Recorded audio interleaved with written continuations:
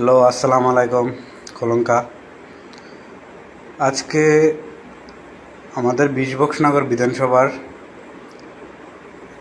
তিপ্রামতার candidate জনাব আবু খায়ের মিয়া, Tipra citizen ফেডারেশনের chairperson, তিনি মিডিয়ার মাধ্যমে যে বক্তব্য রেখেছেন এটা ওনার ব্যক্তিগত বক্তব্য।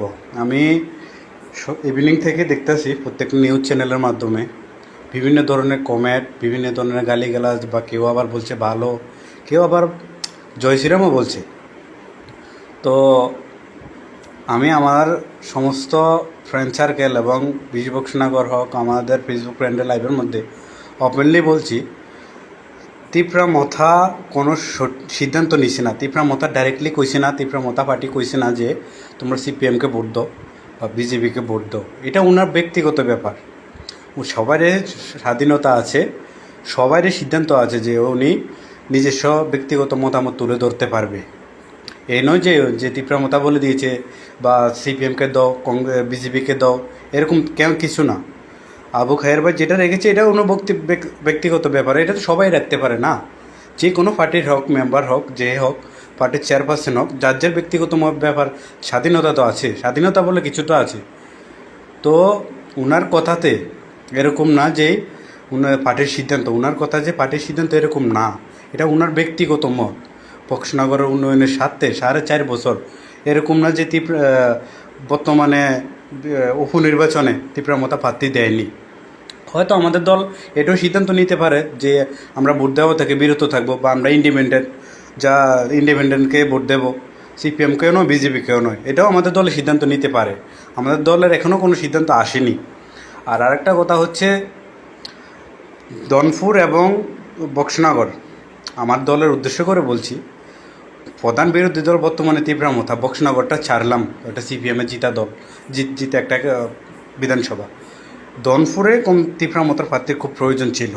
দনপুরে আমাদের সংগঠন আছে, অমিয়তা আছে, ভালো আমাদের ফেসিলিটি আছে, এখানে আমাদের জনজাতি ট্রাইবাল ভোট, এসটি ভোট বেশি, তো এখানে খুব প্রয়োজন ছিল, কিন্তু দেয়নি। এটা দলের সিদ্ধান্ত, দলের সিদ্ধান্ত চূড়ান্ত সিদ্ধান্ত, এটা আমরা মানি এবং সবাই মানে, ঠিক আছে। কিন্তু সবাই ব্যক্তিগত মতামত হবে। আবু খায়ের ভাই যেটা বলেছে এটা বক্সনগর মানুষের সাথে ওনার বক্তব্য, ব্যক্তিগত বক্তব্য, ওটাই ধরছে। এটা নিয়ে এত তোলপাড় করার কিছু নাই।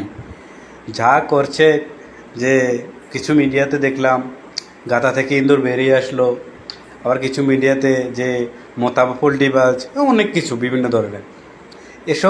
এসব থেকে বিরত থাকুন আপনারা। আপনাদের ভোট, আপনাদের অধিকার, আপনারা কেউ অবুঝ নয়। বর্তমানে এরকম না যে বর্তমানে উপনির্বাচনে সিপিএমকে ভোট দিয়ে জিতালে সরকার পড়ে যাবে, এরকম কিছু না। কারণ সরকার তারা করে নিয়েছে 5 বছর এটা কাটাবে, 5 বছর পরে খেলা হবে। 2028-এ যখন আবার বিধানসভা নির্বাচন আসবে তখন খেলা হবে। কিন্তু এরকম নয় যে এখন উপনির্বাচনে সিপিএমকে জিতালে তারা পড়ে যাবে।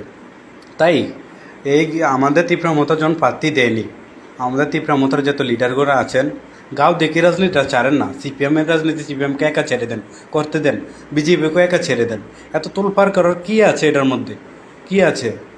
আমাদের বক্সনগর আর সোনামুড়া সাব ডিভিশনের আমাদের এই পার্টি, মানে আমাদের কিছু ভোট, আমাদের জনগণ আছে, আমাদেরকে কি খেলা খেলছেন আপনারা নাকি সোশ্যাল মিডিয়ার মাধ্যমে? এসব ছাড়েন। পার্টি যেটা সিদ্ধান্ত নেবে এটাই চূড়ান্ত সিদ্ধান্ত। আবু খায়ের ভাই যে বক্তব্য রেখেছে এটা ওনার পার্সোনাল ব্যক্তিগত বক্তব্য, সবাই রাখতে পারে।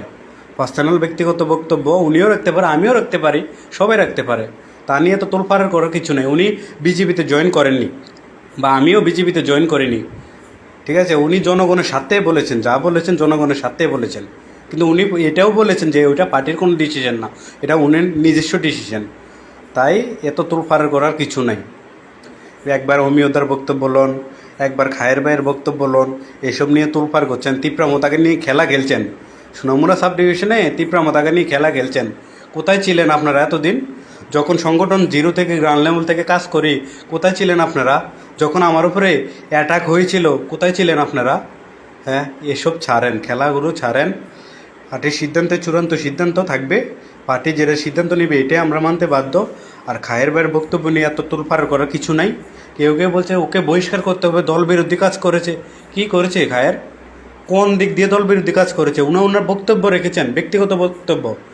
উনি তো বলেননি যে তীব্রামথা যত সৈনিক আছে সবাই গিয়ে ভোট দিয়ে দাও, তীব্রামথার নামটাও নিলনি। উনি ওনার বক্তব্য রেখেছেন, সবাই সবাই বক্তব্য রাখতে পারে, স্বাধীনতা সবার আছে, ঠিক আছে না?